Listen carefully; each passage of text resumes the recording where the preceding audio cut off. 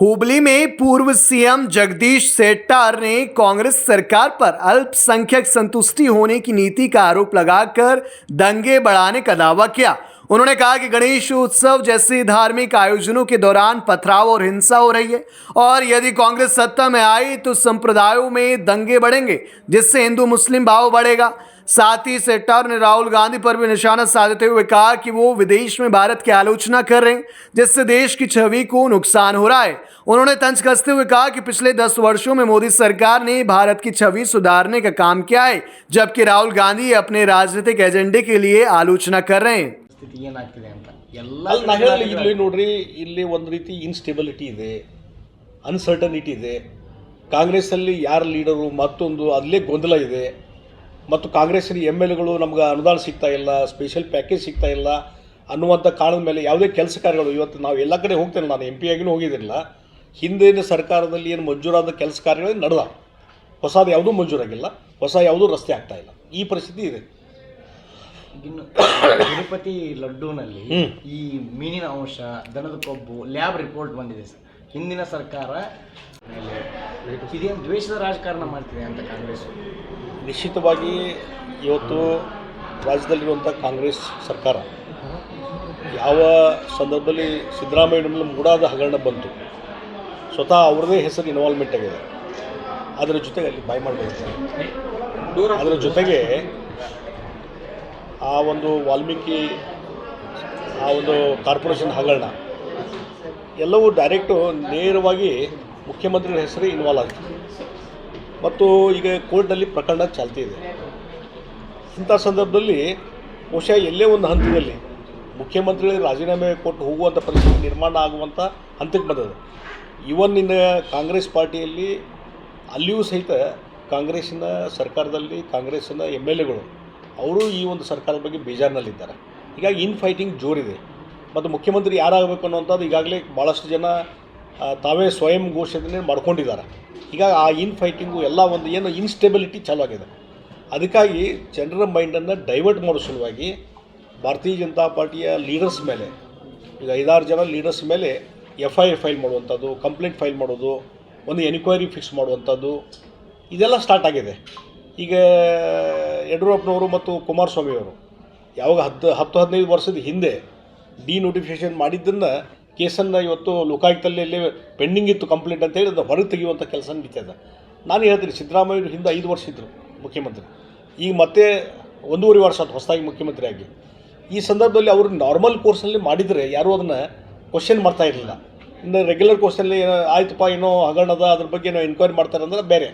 ಯಾವಾಗ ತಮ್ಮ ಮೇಲೆ ಈ ರೀತಿ ಆಪಾದನೆ ಬಂತು, ಈ ರೀತಿಯಂಥ ಭ್ರಷ್ಟಾಚಾರದ ಹಗರಣಗಳು ನಡೆದು ಜನರ ಮೈಂಡನ್ನು ಬೇರೆ ಕಡೆ ಡೈವರ್ಟ್ ಮಾಡೋದು ಮತ್ತು BJP ಮೇಲೆ ಒಂದು ದ್ವೇಷದ ರಾಜಕಾರಣ ಸಲುವಾಗಿ FIR ಫೈಲ್ ಮಾಡೋದು, ಬೇರೆ ಬೇರೆ ಅರೆಸ್ಟ್ ಮಾಡೋದು ಇದೆಲ್ಲ ಸ್ಟಾರ್ಟ್ ಆಗಿದೆ. ಹೀಗಾಗಿ ದ್ವೇಷದ ರಾಜಕಾರಣ ಪ್ರಾರಂಭ ಮಾಡಿದೆ. 100ಕ್ಕೆ 100ರಷ್ಟು ಇದು ಸಿದ್ದರಾಮಯ್ಯನವರ ಮತ್ತು ಇಡೀ ಕಾಂಗ್ರೆಸ್ ಸರ್ಕಾರದ್ದು ಇದೆಲ್ಲ ಒಂದು ಹಗರಣ ಮುಚ್ಚಿ ಹಾಕಲಿಕ್ಕೆ ಇದೆಲ್ಲ ಪ್ರಯತ್ನ ನಡೀತಿದೆ. ದ್ವೇಷನ ಸಾಧಿಸುವಂತ ಹೋದ್ರೆ ಹೆಂಗನ್ ಸರ್?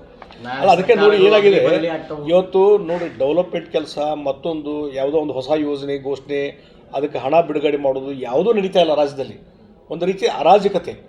ಒಂದು ಕಡೆ ಅಲ್ಪಸಂಖ್ಯಾತರ ತುಷ್ಟೀಕರಣ, ಅದರ ಮುಖಾಂತರ ಇವತ್ತು ರಾಜ್ಯದ ಬೇರೆ ಬೇರೆ ಕಡೆ ಗಣೇಶೋತ್ಸವ ಒಂದು ಒಳ್ಳೆಯ ಕಾರ್ಯಕ್ರಮ, ಧಾರ್ಮಿಕ ಕಾರ್ಯಕ್ರಮ, ಎಲ್ಲರೂ ಆಚರಣೆ, ಎಲ್ಲ ಧರ್ಮದವರು ಆಚರಣೆ ಮಾಡ್ತಾರೆ ಅದು ಗಣೇಶೋತ್ಸವನ. ಅಲ್ಲಿಯೂ ಸಹಿತ ಚಾಕು ಇರಿತ, ಕೊಲೆ ಸುಲಿಗೆ ಮತ್ತು ಕಲ್ಲು ತೂರಾಟ ಮತ್ತು ಕೋಮು ಗಲಭೆ. ಬಹುಶಃ ಯಾವಾಗ ಕಾಂಗ್ರೆಸ್ ಸರ್ಕಾರ ಬರ್ತದೆ ಕರ್ನಾಟಕದಲ್ಲಿ ಕೋಮು ಗಲಭೆ ಜಾಸ್ತಿ ಆಗ್ತಾವೆ, ಹಿಂದೂ ಮುಸ್ಲಿಂ ದಂಗೆಗೆ ಜಾಸ್ತಿ ಆಗ್ತಾವೆ. ಇದು ಯಾವಾಗಲೂ ಪರಂಪರೆ ನೋಡ್ಕೊಂಡ್ಬಂದಿವಿ ನಾವು. ಹೀಗಾಗಿ ಅದೇ ಇವತ್ತು ಪರಂಪರೆ ಮುಂದುವರಿತದೆ. ಇದು ಕಾರಣ ಅಂತಂದರೆ ಅಲ್ಪಸಂಖ್ಯಾತರ ತುಷ್ಟೀಕರಣ. ಇವತ್ತು ಪಾಕಿಸ್ತಾನ ಧ್ವಜ ಹಾರಿಸುವಂಥದ್ದು, ಪಾಕಿಸ್ತಾನ ಧ್ವಜ ಹಾರಿಸುವಂಥದ್ದು, ಆ ಧೈರ್ಯ ಯಾಕೆ ಬರಬೇಕು ಇಲ್ಲಿಯವ್ರಿಗೆ? ಪಾಕಿಸ್ತಾನಕ್ಕೆ ನಮ್ಗೆ ಏನು ಸಂಬಂಧ ರೀ? ಇಲ್ಲಿದ್ದವ್ರು, ಇಲ್ಲಿ ದೇಶದಲ್ಲಿದ್ದಂಥವ್ರಿಗೆ ಪಾಕಿಸ್ತಾನಕ್ಕೆ ನಮ್ಗೆ ಏನು ಸಂಬಂಧ? ಆದರೆ ಆ ಧ್ವಜವನ್ನು ಭಾಳ ವೀರಾವೇಶದಿಂದ ಹಾರಿಸ್ಕೊಂಡು ಹೋಗ್ತಾರಂತಂದರೆ ಅದಕ್ಕೆ ಕಾರಣ ರಾಜ್ಯದಲ್ಲಿರುವಂಥ ಕಾಂಗ್ರೆಸ್ ಪಾರ್ಟಿಯ ಒಂದು ನೀತಿ, ಅಲ್ಪಸಂಖ್ಯಾತರ ತುಷ್ಟೀಕರಣ. ಈಗ ಬೆಳಗಾವಿದಾಗೂ ಪಾಕಿಸ್ತಾನ ಧ್ವಜ ಹಾರಿಸಕ್ಕೆ ಹೋಗಿದ್ರು ಸರ್, ತೆರವು ಮಾಡಿ. ಅದು ಎಲ್ಲ ಕಡೆ ಇದು ನಡೀತಾ ಇದೆ. ಇದು ಬರೀ ಬೆಳಗಾವಿ ಅಂತಲ್ಲ, ಎಲ್ಲೆಲ್ಲಿ ಇದು ಈ ರೀತಿ ವಾತಾವರಣ ನಿರ್ಮಾಣ ಆಗಿದೆ ಅಂದರೆ ಅವ್ರು ನಾವೇನು ಮಾಡಿದ್ರು ನಡೀತಿದ್ರಿ. ಈ ಕಾಂಗ್ರೆಸ್ ಸರ್ಕಾರ ಇದೆ ಎಲ್ಲಿ ನೋಡಿ, ಇಲ್ಲಿ ಜಮ್ಮು ಕಾಶ್ಮೀರದಲ್ಲಿ ಇಲೆಕ್ಷನ್ ನಡೀತದೆ. ಅಲ್ಲಿ ಜಮ್ಮು ಕಾಶ್ಮೀರದ ಇಲೆಕ್ಷನ್ ನಡೆದ್ರೆ ಪಾಕಿಸ್ತಾನದ ಒಬ್ಬ ಮಂತ್ರಿ ಸ್ಟೇಟ್ಮೆಂಟ್ ಕೊಡ್ತಾರೆ, ಈ ಕಾಂಗ್ರೆಸ್ಸು ಮತ್ತು ಅಲ್ಲಿ ಏನು ನ್ಯಾಷನಲ್ ಕಾನ್ಫರೆನ್ಸ್ ಇದೆಯಲ್ಲ ಅವ್ರದ್ದು ನಿಲುವು ಏನಿದೆಯಲ್ಲ ಆರ್ಟಿಕಲ್ 370 ಅದನ್ನು BJP ಅವರು ಏನು ರದ್ದು ಮಾಡಿದ್ರು, ಮೋದಿಯವರು, ಅಮಿತ್ ಶಾ ಅವರು ಅದನ್ನು ರಿಸ್ಟೋರ್ ಮಾಡಬೇಕು 370 ವಿಶೇಷ ಸ್ಥಾನಮಾನ ಅನ್ನುವಂಥದ್ದಕ್ಕೆ ಪಾಕಿಸ್ತಾನ ಅದು ಸಪೋರ್ಟ್ ಮಾಡ್ತದೆ. ಇದಕ್ಕೆ ಈ ಒಂದು ನಿಲುವಿಗೆ ಕಾಂಗ್ರೆಸ್ ಪಾರ್ಟಿ ಮತ್ತು ನ್ಯಾಷನಲ್ ಕಾನ್ಫರೆನ್ಸ್ ನಮಗೆ ಸಪೋರ್ಟ್ ಮಾಡ್ತಾ ಇದೆ. ಅವ್ರು ನಮ್ಮ ಸಪೋರ್ಟ್ ಅಂತ ಪಾಕಿಸ್ತಾನದ ಮಂತ್ರಿ ಹೇಳ್ತಾರೆ. ಅಂದರೆ ಯಾವ ರೀತಿ ಇವತ್ತು ರಾಹುಲ್ ಗಾಂಧಿ ವಿದೇಶಕ್ಕೆ ಹೋಗಿ ಭಾರತ ದೇಶವನ್ನು ಟೀಕೆ ಮಾಡ್ತಾರೆ, ಭಾರತದ ಒಂದು ವ್ಯವಸ್ಥೆ ಬಗ್ಗೆ ಟೀಕೆ ಮಾಡ್ತಾರೆ, ಇಲ್ಲಿ RSS ಬಗ್ಗೆ ಟೀಕೆ ಮಾಡ್ತಾರೆ. ಇದು ಅರ್ಥ ಏನಾಗ್ತದೆ ಅಂದರೆ ಇವ್ರಿಗೆಲ್ಲರಿಗೂ ಭಾರತದ ಒಂದು ಇಮೇಜ್ ಏನು ಬೆಳೆದದ, ಮೋದಿಯವರು ಲೀಡರ್ ಆದಮೇಲೆ, ಪ್ರಧಾನಮಂತ್ರಿ ಆದಮೇಲೆ 10 ವರ್ಷದಲ್ಲಿ ಇಡೀ ಜಗತ್ತಿನಲ್ಲಿ ಒಂದು ಇಮೇಜ್ ಬೆಳೆದದ, ಭಾರತಕ್ಕೆ ಒಂದು ಗೌರವ ಸಿಕ್ಕಿದೆ. ಆ ಗೌರವ ಸ್ಥಾನವನ್ನು ಡಿಮಾಲಿಷ್ ಮಾಡಲಿಕ್ಕೆ ಇವತ್ತು ರಾಹುಲ್ ಗಾಂಧಿ ಹೊಟ್ಟಿದ್ದಾರೆ. ತಮ್ಮ ವೈಯಕ್ತಿಕ ರಾಜಕಾರಣ ತಿರುಸೋ ಸಲುವಾಗಿ, ಆ ತೀಟೆಯನ್ನು ತಿರುಸೋ ಸಲುವಾಗಿ ಇವತ್ತು ಮೋದಿಯವ್ರನ್ನ ಕ್ರಿಟಿಸೈಸ್ ಮಾಡೋದು, RSS ಕ್ರಿಟಿಸೈಸ್ ಮಾಡೋದು ಮತ್ತು ಭಾರತದ ಅಡ್ಮಿನಿಸ್ಟ್ರೇಷನ್ ಸರಿ ಇಲ್ಲ ಅಂತ ಹೇಳೋದು, ಇಲ್ಲಿದ್ದಂಥ ಅಲ್ಪಸಂಖ್ಯಾತರಿಗೆ ರಕ್ಷಣೆ ಇಲ್ಲ ಅಂತ ಹೇಳೋದು, ಇದು ರೀತಿ ಅಪಪ್ರಚಾರ ಮಾಡೋದು. ಬಗ್ಗೆನೂ ಮಾತಾಡ್ತಾರೆ. ಮೀಸಲಾತಿ ಹೋಗ್ಬೇಕನ್ನುವಂಥದ್ರ ಬಗ್ಗೆ ಮಾತಾಡ್ತಾರೆ ರಾಹುಲ್ ಗಾಂಧಿ. ಅಂದರೆ ದೇಶದ ಒಂದು ಇಮೇಜ್ ಹೊರಗೆ ಹೋದಂಥವ್ರು ದೇಶದ ಇಮೇಜ್ ಬೆಳೆಸೋದು. ಹಿಂದೆ ಅಟಲ್ ಬಿಹಾರಿ ವಾಜಪೇಯಿ ವಿದೇಶ ಮಂತ್ರಿ ಇದ್ದಾಗ, ಅವರು ಮೊರಾರ್ಜಿ ದೇಸಾಯಿ ಪ್ರಧಾನಮಂತ್ರಿ ಇದ್ದರು, ವಿದೇಶ ಮಂತ್ರಿ ಇದ್ದಾಗ ಎಷ್ಟೊಂದು, ಮತ್ತು ಹಿಂದೆ ಇಂದಿರಾ ಗಾಂಧಿಯವರು ಮತ್ತು ನೆಹರು ಇದ್ದಾಗಲೂ ಏನಾದರೂ ವಿದೇಶಕ್ಕೆ ಹೋಗೋದು, ವಿದೇಶದಲ್ಲಿ ಭಾರತದ ಗೌರವದ ಬಗ್ಗೆ ಇಮೇಜ್ ತರಲಿಕ್ಕೆ ಯಾರು ಕಳಿಸಿದ್ರು? ಅಟಲ್ ಬಿಹಾರಿ ವಾಜಪೇಯಿ ಅವರು ಕಳಿಸಿದ್ರು. ನೆಹರೂರ ಕಾಲದಿಂದಲೂ ಐತಿ, ಇಂದಿರಾ ಗಾಂಧಿಯವ್ರ ಕಾಲದಲ್ಲಿ ವಾಜಪೇಯಿ ಅವರಿಗೆ ಅಷ್ಟು ಮನ್ನಣೆ ಇತ್ತು. ನಮ್ಮ ಭಾರತೀಯ ಜನತಾ ಪಾರ್ಟಿ ಯಾರು ಲೀಡರ್ಸ್ ವಿದೇಶಕ್ಕೆ ಹೋಗ್ತಾರೆ ಭಾರತದ ಬಗ್ಗೆ ಪೂರಕವಾಗಿ ಮಾತಾಡ್ತಿದ್ರು, ಅವತ್ತಿನ ಸರ್ಕಾರ ಯಾವುದೇ ಇರಲಿ. ಆದರೆ ಇವತ್ತಿನ ಸರ್ಕಾರ, ಇವತ್ತಿನ ರಾಹುಲ್ ಗಾಂಧಿಯವರು ಪ್ರತಿಪಕ್ಷ ನಾಯಕರು, ಜವಾಬ್ದಾರಿ ಸ್ಥಾನದಲ್ಲಿದ್ದವರು ಭಾರತದ ಬಗ್ಗೆ ಗೌರವ ಹೆಚ್ಚಳ ಮಾಡೋದು ಕೆಲಸ ಮಾಡಬೇಕು. ಏನಾದರೂ ನೀವು ಟೀಕಾ ಮಾಡಿದರೆ ಪಾರ್ಲಿಮೆಂಟ್ರಿ ಟೀಕಾ ಮಾಡಿರಿ, ಇಲ್ಲಿ ಬಂದು ಏನಾದರೂ ಟೀಕಾ ಮಾಡಿರಿ ಸರ್ಕಾರದ ಬಗ್ಗೆ. ಅದು ಬಿಟ್ಟು ಇಮೇಜ್ ಕಡಿಮೆ ಮಾಡುವಂಥ ಕೆಲಸ ಏನು ನಡೀತದಲ್ಲ ಕಾಂಗ್ರೆಸ್ಸಿಂದ, ಇದರಿಂದ ಕಾಂಗ್ರೆಸ್ಸಿಗೆ ಹೊರತು ಬೇರೆ ಏನಾಗೋದಿಲ್ಲ ಅಂತ ಹೇಳ್ತೀನಿ. ನಾನು ಹೇಳ್ತೀನಿ, ಈ ರೀತಿ ಹಿಂದೂ ಧರ್ಮವನ್ನು ಎಲ್ಲ ರೀತಿ ಕೀಳಾಗಿ ನೋಡುವಂಥದ್ದು, ಹಿಂದೂ ಧರ್ಮದ ನಂಬಿಕೆಯನ್ನು ಹಾಳು ಮಾಡುವಂಥ ಕೆಲಸ ಇವತ್ತು ಜಗನ್ ಮೋಹನ್ ರೆಡ್ಡಿ ಮುಖಾಂತರ, ಕಾಂಗ್ರೆಸ್ ಮುಖಾಂತರ ಇವತ್ತು ನಡೀತಾ ಇದೆ. ಹೀಗಾಗಿ ಇವಾಗ ಚಂದ್ರಬಾಬು ನಾಯ್ಡು ಆ ರಿಪೋರ್ಟ್ ಇವತ್ತು ಅಧಿಕೃತವಾಗಿ ವೈಜ್ಞಾನಿಕವಾಗಿ ಟೆಸ್ಟ್ ಮಾಡಿದಂಥ ರಿಪೋರ್ಟನ್ನೇ ಡಿಸ್ಕ್ಲೋಸ್ ಮಾಡಿದ್ದಾರೆ. ಇದರ ಮೇಲೆ ಪ್ರೂವ್ ಆಗ್ತದೆ ಇವತ್ತು ಜಗನ್ಮೋಹನ್ ರೆಡ್ಡಿ ಅವರಿದ್ದಾಗ ಏನಾಯಿತು ಅಂದರೆ, ಭಕ್ತಾದಿಗಳ ಯಾರು ಹಿಂದೂ ಜನ ತಿರುಪತಿಗೆ ನಡ್ಕೊತಾರೆ, ಆ ಭಕ್ತಾದಿಗಳಲ್ಲಿ ಮನಸ್ಸಿನ ಕ್ಷೋಭೆ ಮಾಡುವಂಥದ್ದು, ಮನಸ್ಥಿತಿ ಹಾಳು ಮಾಡುವಂಥದ್ದು ಮತ್ತು ಆ ಹಿಂದೂ ನಂಬಿಕೆ ಮೇಲೆ ವ್ಯವಸ್ಥಿತವಾಗಿ ಅದನ್ನು ತೆಗೆದು ಹಾಕುವಂಥ ಒಂದು ಕುತಂತ್ರ ಇದು, ಅದರ ಭಾಗ ಇದೆ. ಯಾಕಂದರೆ ಜಗನ್ಮೋಹನ್ ರೆಡ್ಡಿ ಅವ್ರ ತಂದೆ ಎಲ್ಲ ಕನ್ವರ್ಟೆಡ್ ಕ್ರಿಶ್ಚಿಯನ್ಸ್. ಅವರು ಹಿಂದೂ ಧರ್ಮದ ಬಗ್ಗೆ, ಹಿಂದೂ ರಿಲಿಜಿಯಸ್ ಬಗ್ಗೆ, ಸಂಸ್ಕೃತಿ ಬಗ್ಗೆ ಅವ್ರ ನಂಬಿಕೆ ಇಲ್ಲದಂಥ ವ್ಯಕ್ತಿ. ಹೀಗಾಗಿ ಅದನ್ನು ಹಾಳು ಮಾಡುವಂಥ ಕೆಲಸ ಅಂಥವರಿಂದ ಸಾಧ್ಯ ಇದೆ. ಅದಕ್ಕೆ ಈಗ ಅವರೇನೋ ಇಲ್ಲ ಅದು ಇದು ಅಂತ ಹೇಳಿದ್ರು, ಈಗ ವೈಜ್ಞಾನಿಕವಾಗಿ ಏನೋ ಒಂದು ರಿಪೋರ್ಟ್ ಇದೆ, ನಮ್ಮ ಮುಂದೆ ಇದೆ ಅದು.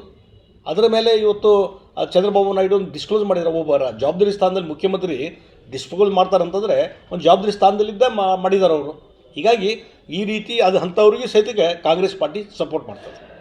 ಈ ರೀತಿ ಹಿಂದೂ ರಿಲಿಜಿಯಸ್ ಬಗ್ಗೆ ಇವತ್ತು ಕಾಂಗ್ರೆಸ್ ಅವರು ಸ್ಟ್ರಾಂಗಾಗಿ ಸ್ಟೇಟ್ಮೆಂಟ್ ಕೊಡಬೇಕಾಗಿತ್ತು, ಯಾಕೆ ಕೊಟ್ಟಿಲ್ಲ? ಕಾಂಗ್ರೆಸ್ ಲೀಡರ್ ರಾಹುಲ್ ಗಾಂಧಿ ಇದ್ರ ಬಗ್ಗೆ ಮಾತಾಡಲಿ, ತಿರುಪತಿ ಲಾಡು ಬಗ್ಗೆ ಮಾತಾಡಲಿಲ್ಲ. ಹಿಂದೂ ಧರ್ಮದ ಬಗ್ಗೆ ಏನೋ ಬಂದರೆ, ಅಪಚಾರ ಆದರೆ ಅದ್ರ ಬಗ್ಗೆ ಏನೂ ಮಾತಾಡೋದಿಲ್ಲ. ಅದೇ ಅಲ್ಪಸಂಖ್ಯಾತರ ಕಮ್ಯುನಿಟಿ ಬಗ್ಗೆ ಏನಾದರೂ ತಕ್ಷಣ ರಿಯಾಕ್ಷನ್ ಕೊಡ್ತಾರೆ ರಾಹುಲ್ ಗಾಂಧಿ. ಇದು ವಸ್ತುಸ್ಥಿತಿ. ಈ ತುಷ್ಟೀಕರಣ ಎಲ್ಲಿವರೆಗೂ ಅಂತ ಎಲ್ಲಿವರೆಗೆ ನೋಡ್ರಿ, ಕೊನೆಗೆ ಜನ ಎಲ್ಲರೂ ಬುದ್ಧಿ ಕಲಿಸ್ತಾರೆ ಇವರಿಗೆಲ್ಲ. ಈ ತುಷ್ಟೀಕರಣ ಮಾಡುವಂಥವ್ರಿಗೆ ಭಾಳ ದೊಡ್ಡ ಪ್ರಮಾಣದಲ್ಲಿ ಒಂದು ಸಲ ಲೆಸನ್ ಸಿಗ್ತದೆ, ಆವಾಗ ಅದಕ್ಕೆ ನಿಲ್ಲಬೇಕಷ್ಟೇ. ಸರ್, ಇದು ಮಂಟೂರು ರೋಡ್ ಸ್ಮಶಾನದೊಳಗೆ ಇಂದಿರಾ ಕ್ಯಾಂಟೀನ್ ಬಗ್ಗೆ ಒಂದು ವಿರೋಧ ವ್ಯಕ್ತವಾಗ್ತಾ ಇದೆ ಸರ್.